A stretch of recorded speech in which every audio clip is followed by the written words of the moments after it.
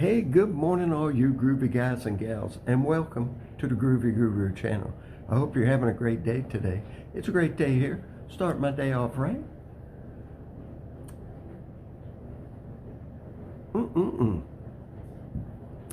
Delish. Tasty. So I was playing golf the other day, and there were 3 retirees that were playing in front of me, and I overheard them. And one of the guys says to the other, "Windy, isn't it?" And the guy replied, "No, it's Thursday." And the other guy said, "Me too. Let's go have a beer." Say what?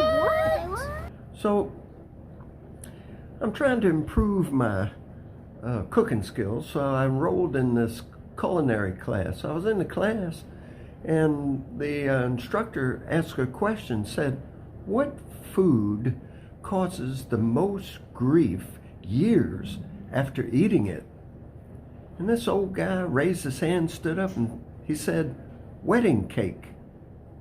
I don't think so. So I am hoping that you have gone from here to here, and I'm wishing you to be happy, to be well, and to be blessed, and stay groovy.